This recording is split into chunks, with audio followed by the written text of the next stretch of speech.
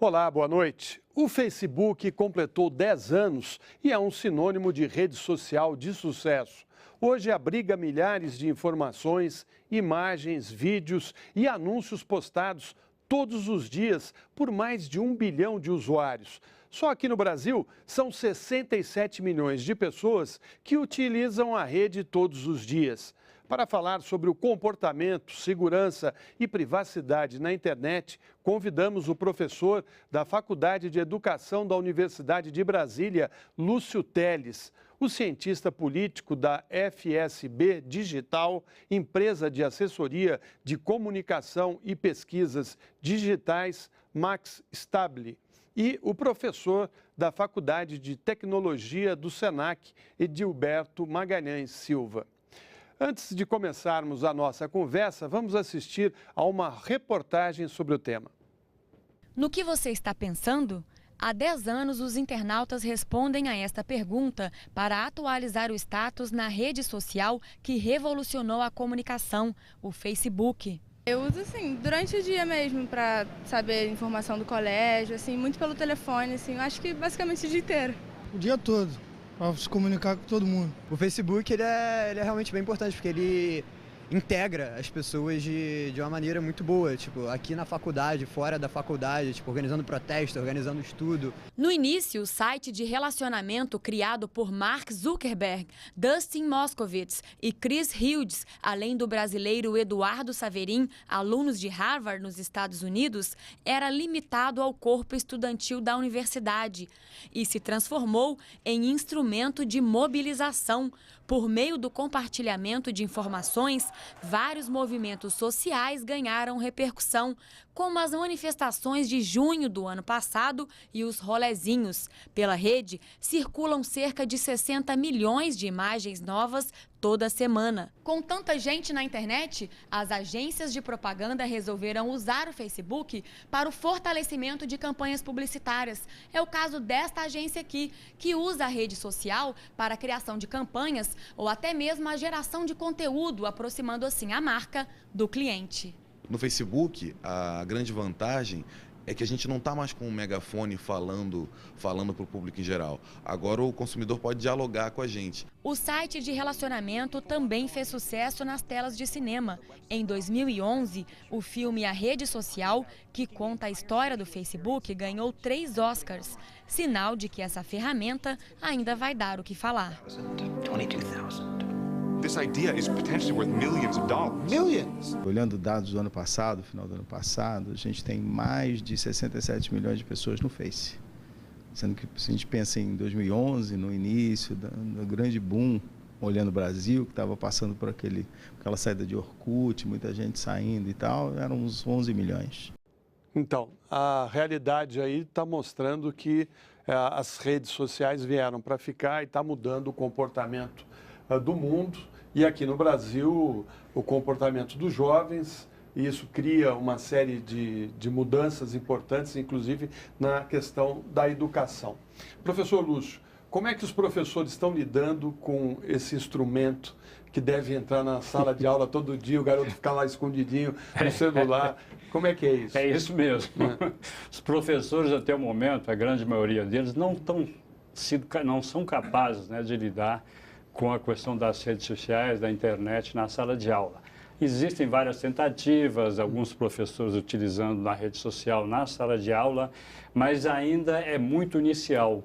É um desafio que os professores têm hoje, né? Eu acho que eles têm que passar por uma formação mesmo de professores para a utilização das redes sociais na sala de aula, no processo de aprendizagem, mas ainda estamos num momento muito inicial, ainda é muito lento, né? E não estamos respondendo ainda aos desejos dos jovens, né? O senhor está no Facebook? Eu estou no Facebook, de fato, estou lá todos os dias, utilizo o Facebook na minha aula, também utilizo o Twitter, né? Mas não é só isso, né? A gente tem que pensar maneiras inovadoras, né? Para justamente capturar, né, os jovens, capturar assim, o desejo dos jovens, a motivá-los, né? Isso é um pouco difícil. Eles entram lá para tirar dúvidas com você, não? Entram sim. Eu permito na minha aula que utilizem celulares, tablets, né? O que eu digo a eles é o seguinte: quando eu estiver dando uma palestra e falando e vocês estiverem navegando, naveguem no termo da minha palestra. Hoje o jovem, eu vejo isso porque eu tenho uma filha de 15 anos e ela fica sentada em casa com o celular na mão, com o notebook do lado e com a TV com um filme que ela baixou pela internet.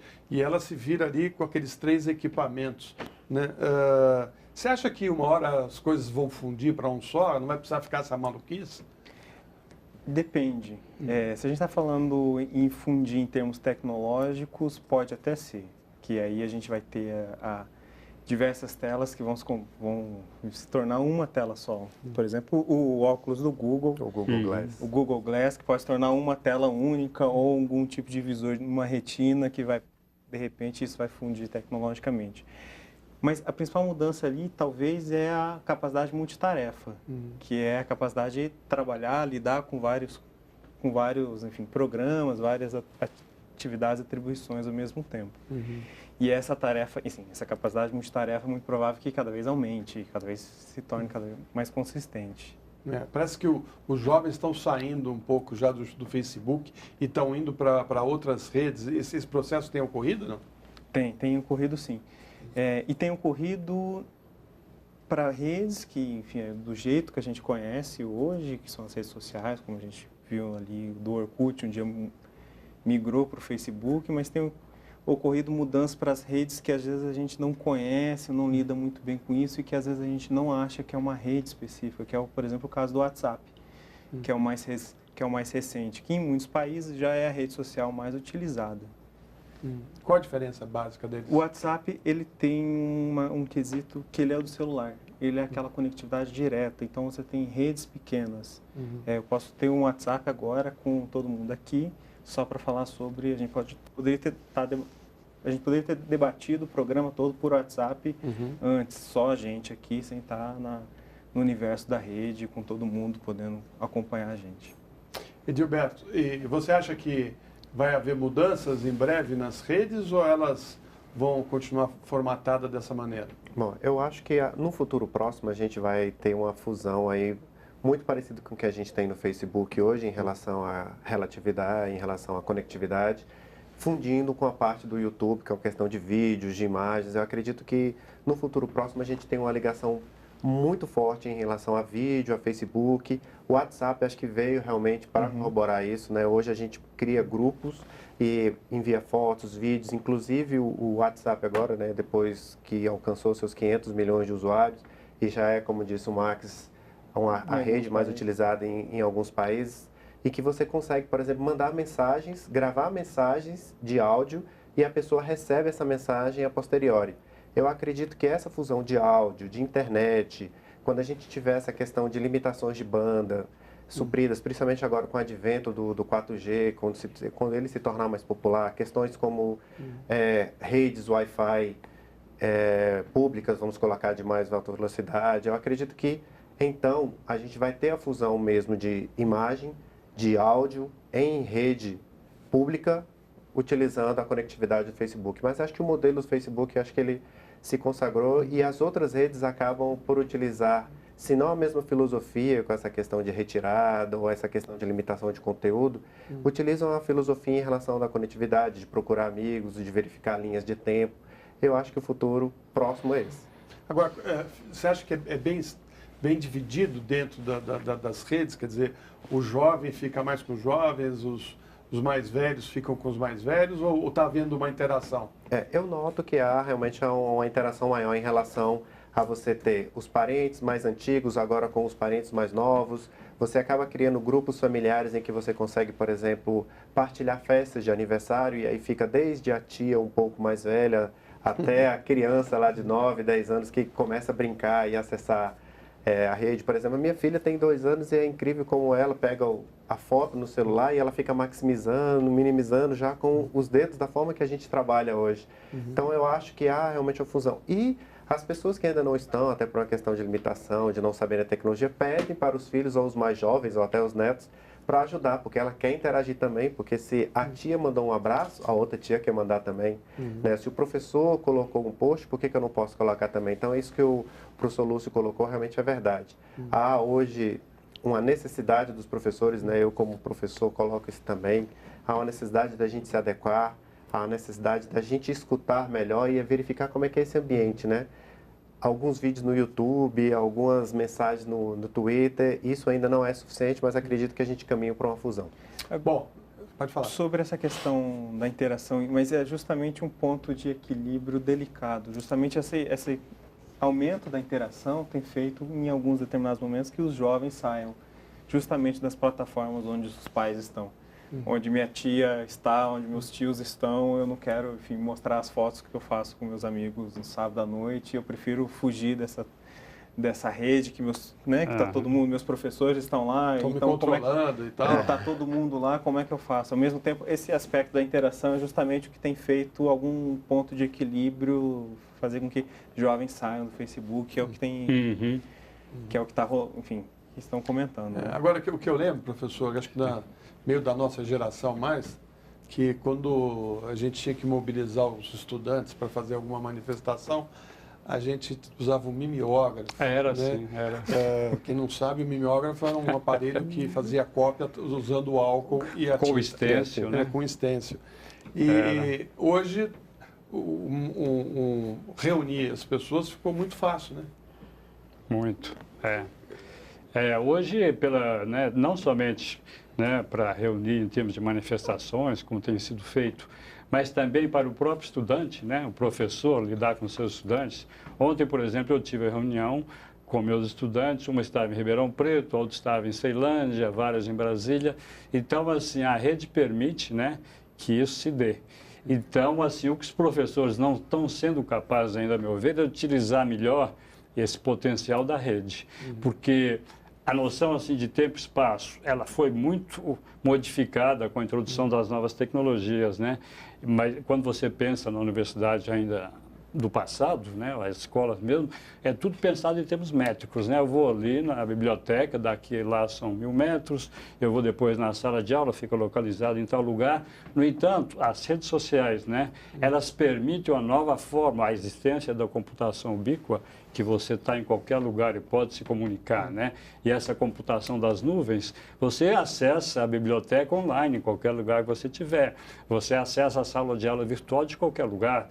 Mas a contradição aí é que, apesar disso, as universidades continuam construindo salas de aula sem repensar o modelo didático, pedagógico, que as novas tecnologias possibilitaram. Max, isso que o Lúcio falou é verdade, Porque você tem essa tecnologia na mão e não está usando. E isso tem irritado muitos jovens estudantes, porque em casa eles vão lá na internet e, quando tem que fazer um trabalho, vão buscando as informações. Ou seja, eu lembro que antigamente a gente procurava nas enciclopédias e hoje eles entram lá e fazem uma viagem mais rápida. Você acha que o que tem que ser modificado nessa área? Eu acho que algumas concepções, concordo com o professor Lúcio, essa concepção do espaço-tempo ainda é muito fixa nesse processo acadêmico, educacional. Eu acho que a internet possibilita reunir pessoas de forma mais fácil, mas não só pessoas, mas ideias. Ideias em um conjunto de valores específicos que a gente, em alguns espaços, a gente não teria condições de compartilhar, mas aí a internet deixa a gente compartilhar valores, ideias, enfim. Amantes de Tchaikovsky, que estão no interior desse país, que não encontra mais nenhuma pessoa que escute Tchaikovsky, Vivaldi, música clássica, ou que escute, enfim, outro tipo de música. Ninguém na cidade ali vai ter, talvez, o gosto. Mas tem ali na internet uma válvula de escape ali, isso pensando em gosto, coisa simples, Mas as próprias ideias, o próprio pensamento ali funciona de uma forma colaborativa. Colaborativa, exato. E aí você vê também que as pessoas no passado que tinham conhecimento faleciam e o conhecimento ia embora com elas, Hoje, com esse sistema todo, ele está garantido, Ele perdura, Perdura. Não só as coisas boas, mas também aquilo que você faz, porventura, num caso, numa rede social, aquilo que você faz de errado também perdura, Exemplo aí, homéricos por exemplo, jornalistas ou mesmo pessoas ligadas a outras áreas que são ou afetados diretamente, de forma ofensiva, e aí depois a pessoa tenta se desculpar ou mesmo acha que aquilo não deveria ser feito, mas aí já é tarde demais, já tirou a pedra, né? Então, existem os dois lados. A questão de perdurar o conhecimento bom, de perdurar a obra boa, de você poder revisitá-la e revê-la até sobre diversos ângulos, e também a questão de você utilizar e, numa impossibilidade, você acabar fazendo alguma coisa que não queira, só que aí, numa rede social, isso, ao invés de você replicar para 1 ou 2 pessoas, você vai replicar para milhares de pessoas. E uma vez colocado na rede, é impossível você retirá-la, não é? Hoje é tecnologicamente impossível, humanamente impossível você tentar retirar qualquer mensagem uma vez enviada, né? Não há como. O grau de ramificação que isso é feito, o que isso é espalhado, não permite com que a gente retroaja nesse assunto. Então, assim, além dessa consciência, dessa questão da gente repensar a questão da educação, de trazer para a sala de aula, de trazer para o ambiente de ensino, de trazer para a própria casa da gente a questão da rede social e a usabilidade disso, até como você falou, né? Porque a tecnologia, ela pode, ao mesmo tempo, aproximar, mas ela também, ao mesmo tempo, pode afastar. Às vezes você está na sala da sua casa, a pessoa ao seu lado, a sua esposa está com o Facebook, a sua filha está lá mexendo, brincando com Angry Birds, ou vendo questões do Twitter, e você está acessando outra coisa. Os 3 estão no mesmo espaço físico, mas em 3 mundos totalmente distintos. Eu acho que essa questão ela também é um ponto a se rever. E a questão da segurança, que é um ponto também chave aí em relação isso inclusive, é tratado como uma questão de saúde, um vício, né? Nós podemos discutir isso no próximo bloco. Nós vamos fazer um pequeno intervalo e voltamos em instantes para continuar nosso debate sobre internet e privacidade. Até já.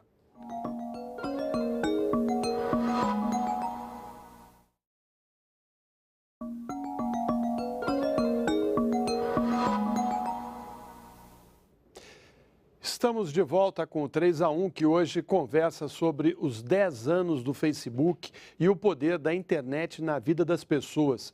Participam do programa o professor da Faculdade de Educação da Universidade de Brasília, Lúcio Teles, o cientista político da FSB Digital, empresa de assessoria de comunicação e pesquisas digitais, Max Stabile, e o professor da Faculdade de Tecnologia do Senac, Edilberto Magalhães Silva.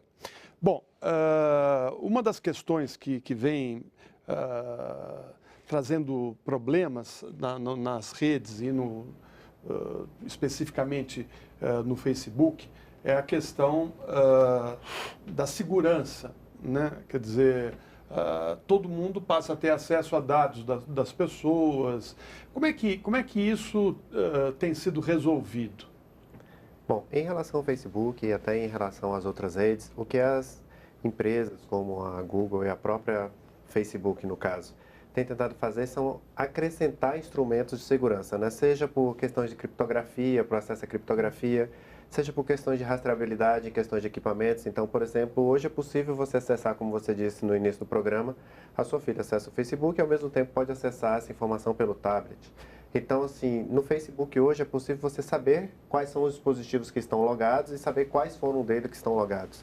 E se você, no caso, não reconheça alguma desses dispositivos, você pode rastrear. Além disso, você pode criar senhas, né, senhas adicionais a partir do momento em que o dispositivo que você está logando pela primeira vez não seja reconhecido. Então, assim, as empresas estão preocupadas com isso até pela questão processual, né?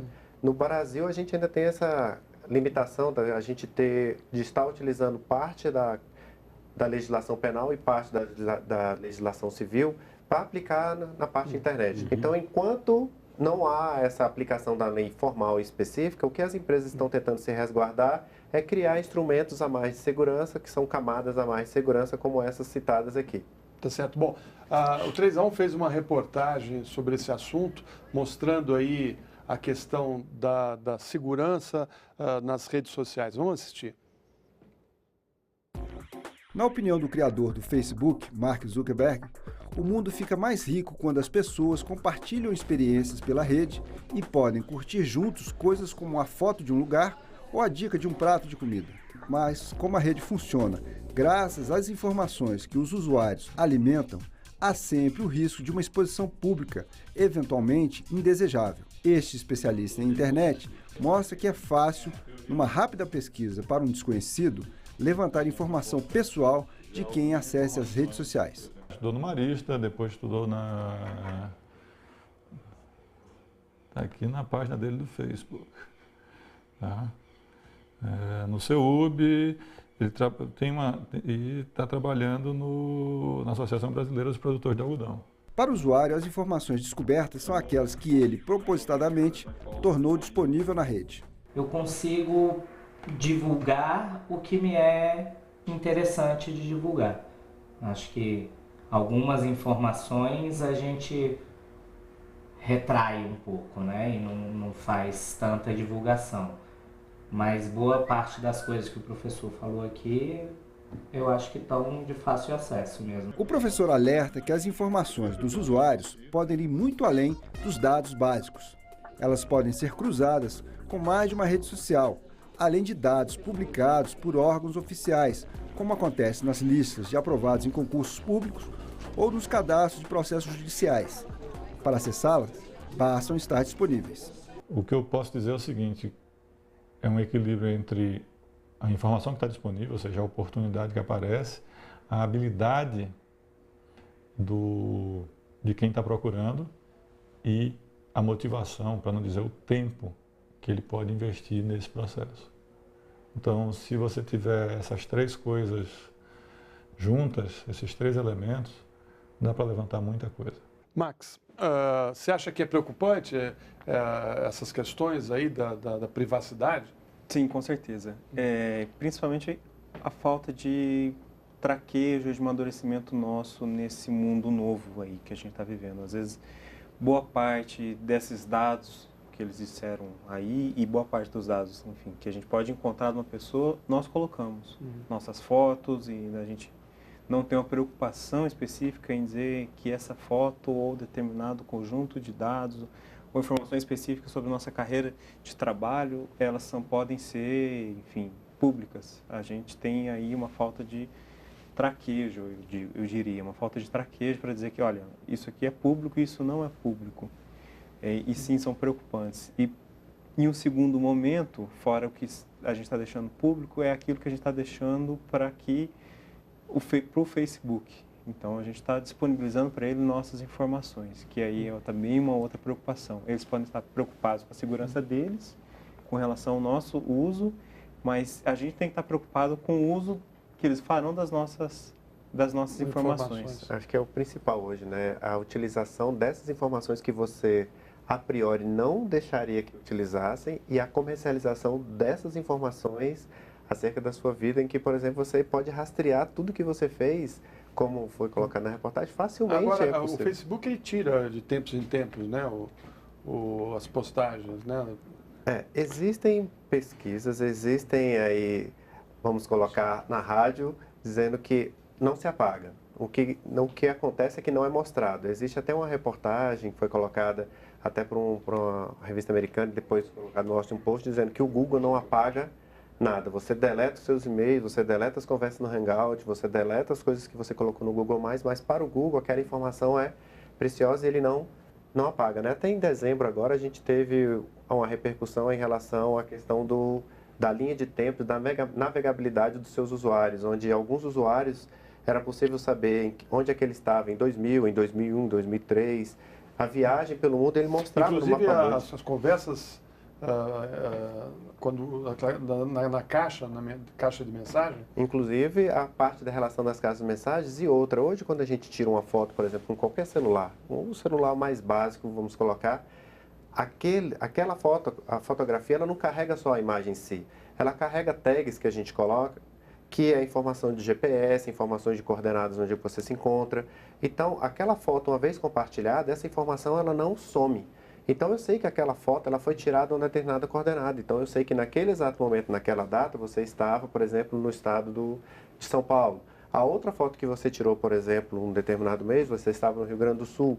Então, é possível, mesmo que você ache que não esteja divulgando a sua localidade, por meio de uma fotografia, de uma informação que você olhando a foto a olho nu, você não consegue vê-la, você consegue obter essas informações. Então, eu acho que é tão preocupante quanto você divulgar a informação e achar que ela é pública e você está ciente que ela é, são informações como você colocou, informações que você coloca, que a priori você acha que não é pública e que está sendo utilizada. Que é o grande mercado hoje das redes sociais, é esse, né? É você saber o comportamento, tanto das redes sociais quanto do web commerce, né? Saber o que você vai comprar, qual o seu próximo produto, porque você quer oferecer alguma coisa na rede, né?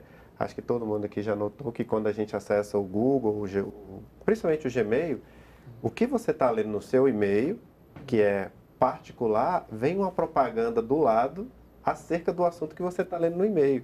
Então, logicamente, há uma leitura automática do seu e-mail para saber qual é o assunto que você está tratando, até para que ele possa oferecer uma propaganda muito mais próxima daquilo que você gostaria de receber, para que você consiga clicar, aliás, para que você clique e tenha uma probabilidade de acessar aquilo lá de uma maneira muito mais precisa, vamos colocar assim.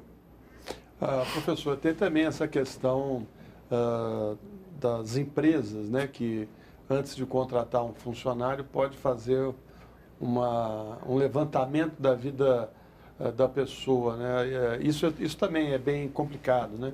Isso acontece bastante, é comum hoje, não é? De fato, mesmo aqui no Brasil, empresas médias, pequenas, não somente as grandes, fazem isso. Antes de contratar um funcionário, né, elas vão na internet e fazem a pesquisa. Nos Estados Unidos, tem uma companhia que eu não me lembro o nome agora, mas ela puxa os dados de todas as grandes redes sociais e acumula aquilo. Então, ela é uma companhia que, quando outra companhia quer contratar novos funcionários, vão perguntar a eles, façam a busca pelo funcionário, pelo candidato tal e tal, eles se encontram aquela informação de anos atrás, né? É porque está havendo, assim, com a internet, antes nós tínhamos uma separação muito rígida entre o espaço público e o privado, né? Mas com a internet existe uma invasão do espaço, né, privado, e a gente não está sabendo muito bem como lidar com isso, né? E nem a questão da intimidade também, né, que também a internet está invadindo. Então, você vê, por exemplo, o próprio Facebook, né, o termo de compromisso dele, ele diz que a idade mínima é 13 anos. No entanto, você vê crianças lá de 7 anos, 8 anos, né? E, assim, realmente invadiu essa privacidade e a gente, como é um processo irreversível, me parece que lidar com isso, mais do que com leis e, né, só regulamentos, tem também que se pensar assim, em trazer de volta a questão ética. Como é que funciona a ética na era da internet? Eu acho que é uma questão importante, né, para nós educadores, né? Max, essa questão que o professor estava falando aí desse levantamento de informações, de dados e tal, tem levado também a pessoas criarem páginas falsas na internet para ter relações com pessoas que ela não conseguiria se não falsificasse uma identidade e entrasse no Face. Então, aquilo que você falou, eu vou lá, pego a foto de um artista famoso, várias fotos dele, monto uma página e aí as pessoas vão pedir para ser amigas, né, e eu vou poder me relacionar até com gente famosa. Isso também é uma outra questão, né? Isso, e também, de novo, a falta de discernimento dos usuários como um todo, e pensar, olha, quando a gente recebe uma requisição de amizade de alguma pessoa que a gente não conhece, mas enfim, e essa pessoa tem um histórico que a gente acha, bom, mas será que eu conheço ou não conheço? E a gente vai lá e aceita essa requisição. A gente não sabe quem está do outro lado e está justamente tendo acesso nosso, mas de certa forma a gente que deveria ter esse discernimento sobre quem é que a gente aceita. Então acaba que a gente tem um processo que aceita todo mundo que está nesse contato virtual, nessa virtualidade ali, e falta um pouco desse discernimento em saber, olha, eu preciso ser mais comedido, preciso ser um pouco mais, né, moderado no quem vai estar em relação comigo nesse mundo virtual. A questão de comprovar se é você mesmo, né? Seria aquela questão do banco, né? Você emite um cheque, hoje é tão incomum você emitir cheque que o banco acaba ligando para você e pergunta assim, olha, eu gostaria de confirmar se foi o senhor mesmo que emitiu o seu cheque, né? Então, eu acho que a gente deveria ter um procedimento mais ou menos parecido com esse da rede, né? Se é a pessoa que está dizendo do outro lado que é você mesmo, então me manda uma mensagem privada e a gente conversa. Então, alguns cuidados devem realmente... Agora, essas redes todas não estão preocupadas com isso? Quer dizer, criar mecanismos que defendam o usuário? Elas estão. Você não consegue criar hoje um usuário fake, né? Um usuário mentiroso no Facebook, por exemplo, com qualquer nome. Tem que ser um nome que pareça real. Mas mesmo assim, aí você está enfrentando um robô com algumas regras ali. Então o humano sabe como... Não, tem muita gente que usa foto que você vê que não é dela. Exato. Você acha uma foto qualquer no Google e coloca. Coloca uma foto lá de um artista, não sei o que, você de cara falou, opa, não é. Não é. A Google vem tentando implementar agora, além da questão do próprio e-mail, porque você tem que, para criar uma conta no Google+, você tem que ter associado a um e-mail. E aí você recebe a confirmação desse e-mail e remete a confirmação do e-mail. Só que além disso, agora ela está agregando questões de mensagem SMS, até áudio também. Então você tem que fornecer o seu número de celular. E aí o robô liga para você e você acaba confirmando alguns dados a partir de acionamento de teclas. Então há uma miscigenação também, uma preocupação das redes. Só que do outro lado comercial das redes, também não é tão importante limitar a quantidade de criação dessas páginas e dificultar isso.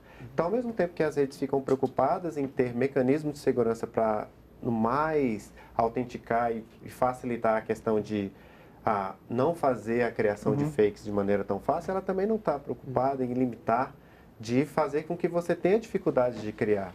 Porque a dificuldade de criar páginas é um empecilho em relação à questão do próprio marketing dela. Quais né? são as dicas que você daria, por exemplo, para quem está na rede?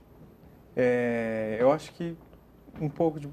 A primeira dica aí é o bom senso em discernimento, mas principalmente deles é quando você faz uma publicação, ou você envia uma publicação, você tem que entender que essa publicação não é sua mais. Ela é desse sistema proprietário que é uma empresa dona disso. Pronto, né? Você está fazendo uma publicação, você está entregando a sua foto. Olha, senhor Facebook, essa minha foto que eu tirei com a minha família aqui é sua. E eu acho que pensar dessa forma talvez já comece a melhorar. Eles têm direito sobre o texto? Eles têm direito sobre o texto. Pode ser que tenha mudado recentemente, mas até algum tempo sim. Tinha direito sobre a foto, o texto, o material, todo o material que você coloca ali dentro. Inclusive é um problema em alguns casos. Por exemplo, a Rede Globo não utiliza o YouTube. Não utiliza o YouTube por questões, não vou usar aquela ferramenta, desenvolver uma ferramenta própria de procedimento. Eu acho que essa dica e a dica é saber quem é que está na sua rede. A segunda dica é essa. Quem é que está na sua rede? Quem é que está visualizando suas publicações? Todas as minhas publicações são públicas. As redes, elas permitem que você coloque. Não é público, isso aqui é privado. E isso aqui, inclusive, é só meu ou de mais uma outra pessoa, que essa é uma segunda dica importante. E também, assim, tem aquela básica, né? Nunca colocar endereço, telefone, termo de segurança. Agora, tem que se pensar também que o Facebook, o modelo de negócio dele, ele utiliza o próprio usuário como aquele que gera, né, o lucro da empresa, né? Porque ele vende, né?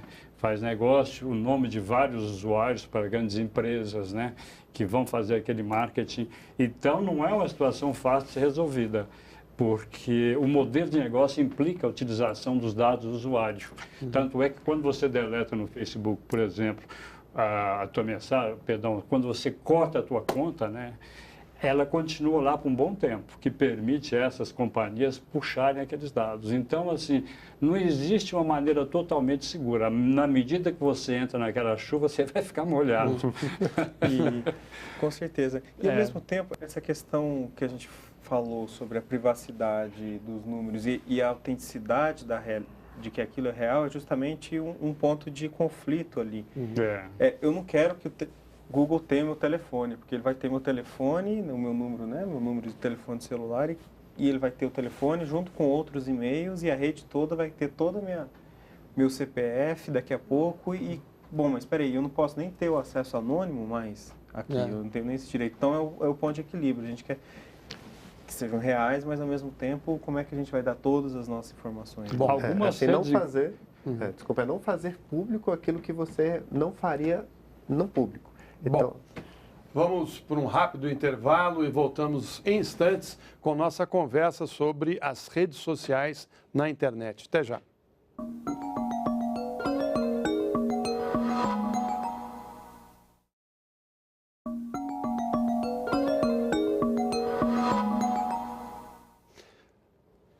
O 3-1 já está de volta e o tema da nossa conversa de hoje é internet e redes sociais.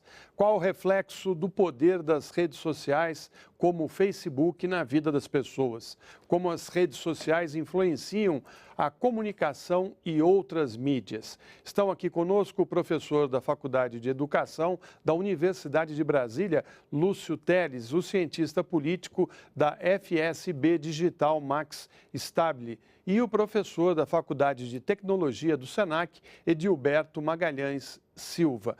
Bom, o 3-1 fez aí também uma reportagem mostrando que o Facebook e outras redes sociais passaram a ser utilizadas também como um servidor de informação para a imprensa em todo o mundo. Vamos assistir.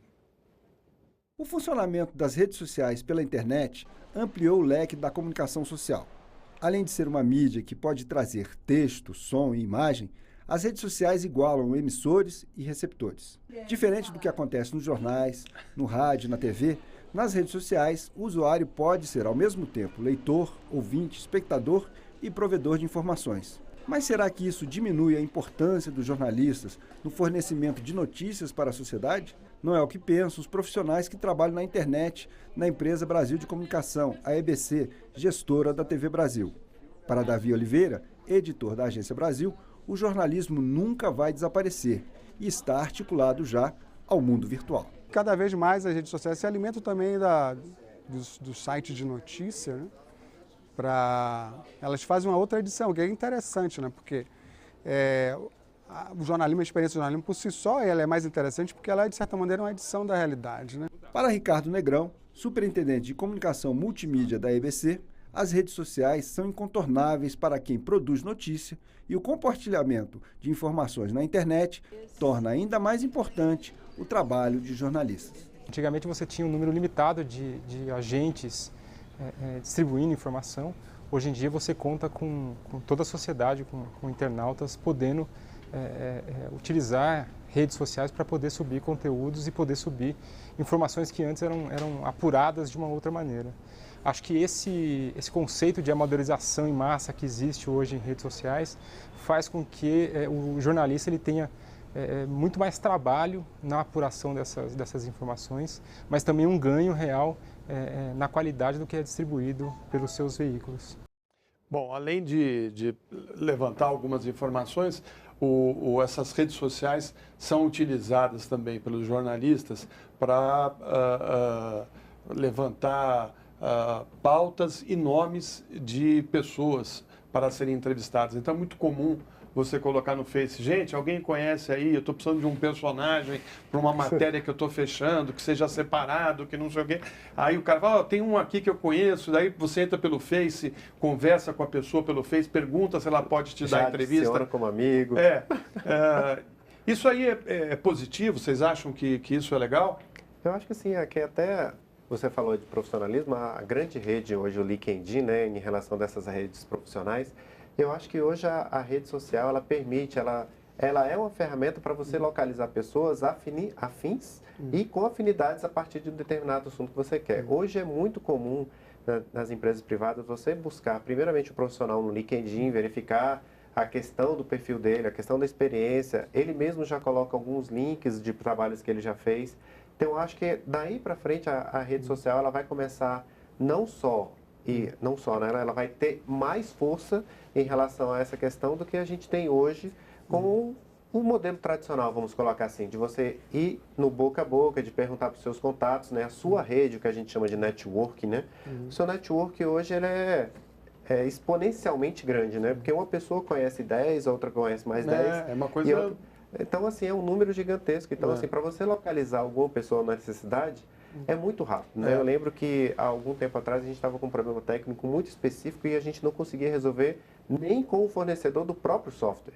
E a gente, assim, entre amigos, falou assim, olha, eu não estou conseguindo achar problema para isso. Eu já ouvi falar que tal colega fez isso, que tal colega tem um colega assim. Pronto, rapidamente, ali em 2 horas a gente conseguiu um contato e a pessoa passou a informação para a gente. Então, eu acho que de todos os males e que, assim como tudo na vida tem os dois lados, a rede social ela traz esse grande ganho para a gente. Eu tendo a não concordar totalmente. Eu acho que tem um aspecto positivo que é interessante, que eu acho que a rede ajuda o jornalismo, né, pensando no jornalismo, essa comunicação ali, a se pautar, a se ter uma sensibilidade maior sobre coisas que não estão na antena, né, no rádio, né, o que a gente vai colocar, o que a gente vai fazer, o que a população está comentando. Eu acho que esse é um lado positivo. Agora, isso tem feito ao mesmo tempo que os jornalistas não saiam das redações, né? Enfim, decidam não sair lá e vamos lá ver o que está acontecendo, de certa forma.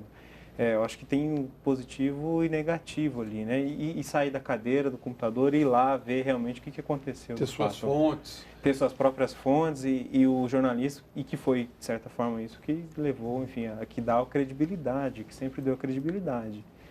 O jornalismo, né? Ela complementa, inclusive, também em termos do noticiário, né?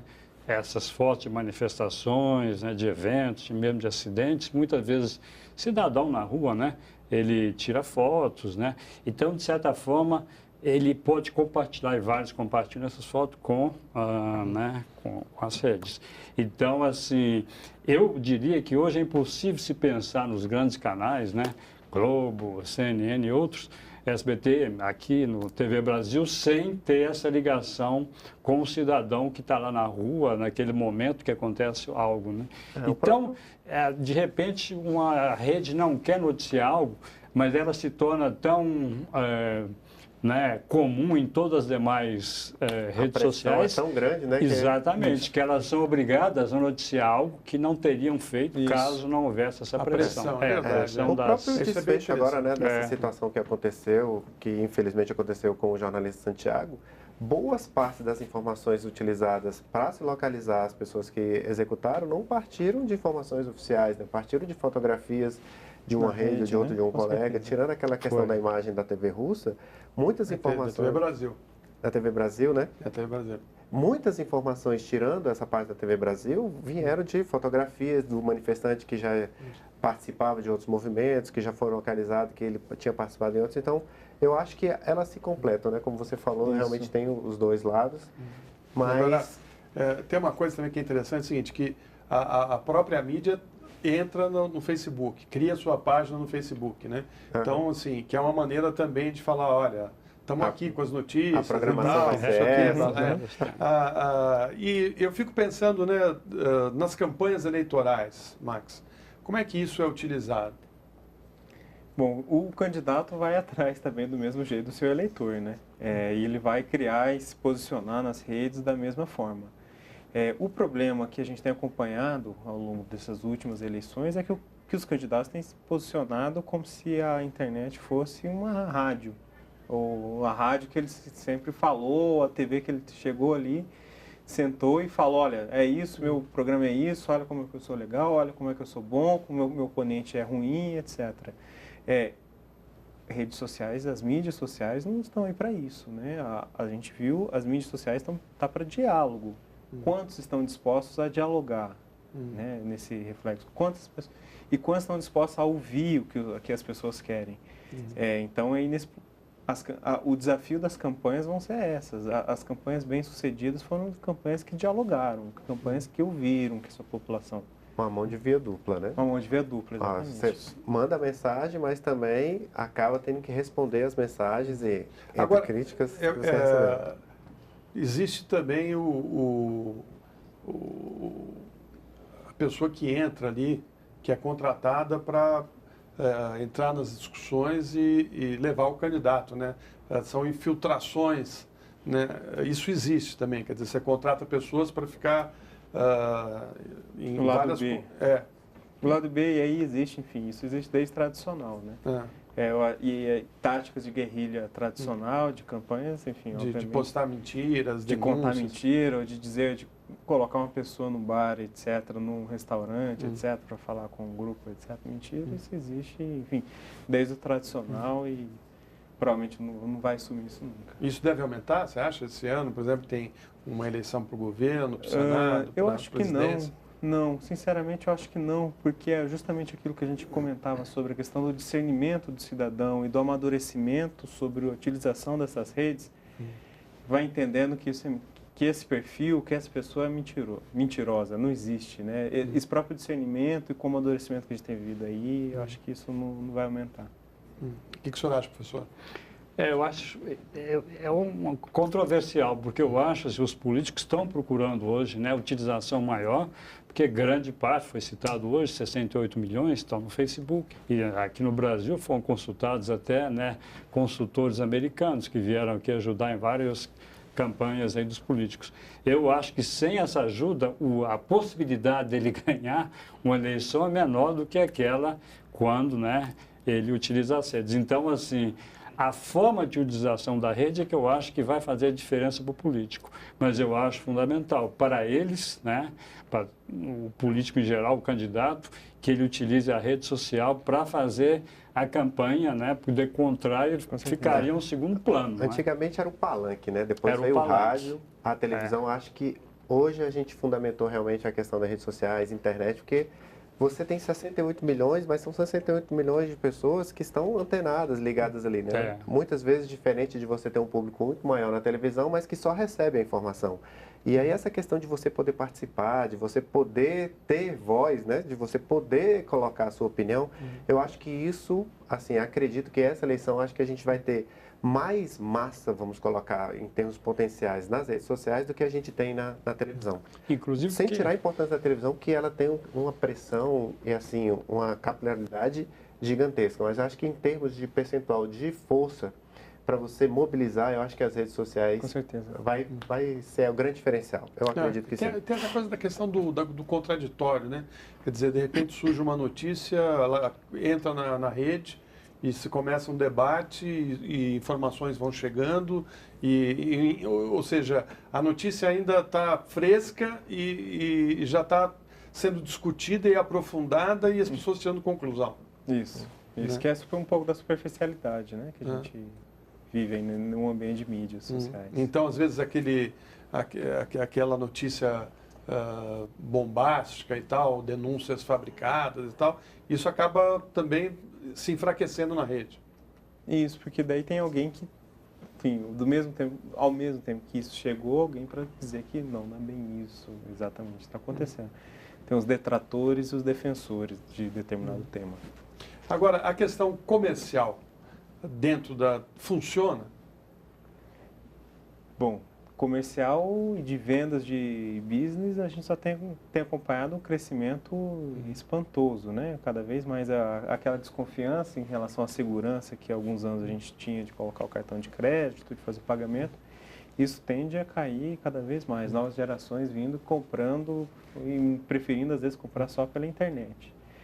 Isso já consolidado em mercados, enfim, desenvolvidos. O nosso mercado, com certeza, ainda tem muito a ganhar com isso, mas eu acredito que, sem sombra de dúvidas, isso sim funciona. Eu acho que a realidade hoje é primeiro você procurar na internet, primeiro verificar os produtos que estão lá, fazer comparativos e, caso você não ache, aí você vai realmente em loja física ou algo assim, né? Pelo menos... É assim, em casa, facilita muito, você não precisa ficar andando em loja em loja. Agora, não tem que pegar estacionamento, não tem que pegar trânsito. Nas redes, as empresas elas têm lá a sua página, daí você tem que curtir para ampliar a visibilidade. Para ganhar uma promoção. Que é um desafio. Que é o mesmo desafio do político, que agora ela não está lá fazendo marketing mais só. Ela está lá dialogando, então ela tem que ter o serviço de atendimento ao consumidor lá dentro. Também para responder à crítica do usuário que a televisão quebrou. Minha televisão quebrou com 2 dias. E agora? Enfim, aí o desafio dela justamente é esse. As grandes empresas, as maiores empresas, as empresas mais bem-sucedidas estão fazendo isso muito bem. Que querem fazer tem uma coisa boa nisso também, né? Que quando você teve um problema com algum produto e você postou lá na rede, né? Você está denunciando uma empresa, um mau serviço, né? E as empresas estão preocupadas com isso. Estão muito preocupadas. Você não houve aquele caso recente, devem ter visto, da Coca-Cola, né? Que alguém... Do rato da Coca-Cola. Houve uma campanha, uma resposta imediata. Então, assim, algum usuário, se colocar uma reclamação sobre a TIM, sobre a Claro, sobre qualquer companhia, não é? Ela vai ter aquele poder de se expandir. Mas no caso do rato aí foi uma montagem, né? Foi montagem. Pois mas até descobrir que foi uma montagem... O estrago já tinha sido feito, né? Muitos... É o que a gente vinha falando aqui, né? Você pode até colocar uma grande informação em letras garrafais na primeira página do jornal e a pessoa só lê aquilo lá. Mas quando ela vai ler a notícia de fato, ela vai ver que aquela letra garrafal, na verdade, é apenas uma parte da notícia. E isso acontece muito na rede. Você acaba replicando e retuitando, né, aquilo que você recebe, sem ler o texto todo. Você acaba lendo só a primeira parte e vai passando aquilo lá. Então, isso tem um efeito gigantesco, isso é viral, né? Viral. Essa questão da reclamação também é um ponto interessante. Hoje, quando a gente vai comprar, por exemplo, em lojas como Amazon, outras lojas de web-commerce, você lê a descrição do produto, mas logo lá abaixo você vai ver a quantidade de estrelas que tem aquele produto. Se tem 5, se tem 1, você vai ver as opiniões. Então, hoje, isso são informações do próprio usuário. Então, isso tem uma fidelidade, isso você tem uma credibilidade muito grande. E quando tem problema, logicamente, as empresas ficam muito preocupadas, né? Porque enquanto uma fala ou duas falam bem, 10, 20 falam mal. Eu acho que esse é o desafio, e aí as empresas têm sempre esse desafio, elas estão sempre à beira de uma crise de imagem e de reputação ali. E que elas estão entendendo é que para resolver esse problema de crise não é porque elas vão agora mudar essa plataforma, é um processo de construção, é um processo longo ali de relacionamento. Justamente a gente falou de detratores e defensores na rede. Tem gente que gosta de uma marca, tem gente que gosta específica e sempre está lá falando bem da marca específica. Você não constrói isso de um dia para a noite, você constrói isso ao longo do tempo. Quando tem esse processo de crise, você já está preparado, já tem um conjunto de gente para te defender, eu acho que fica mais fácil. Tá certo. Bom, queria agradecer a presença de vocês aqui no 3-1. O nosso tempo, infelizmente, acabou. Os nossos convidados de hoje que estão aqui discutiram de uma maneira, espero, interessante para você que mexe com as redes sociais. E se você quiser saber mais sobre o nosso tema, o nosso programa, entre no nosso site da TV Brasil. Convido a todos para a próxima quarta-feira com mais um 3-1. Você fica agora com o Repórter Brasil. Uma boa noite.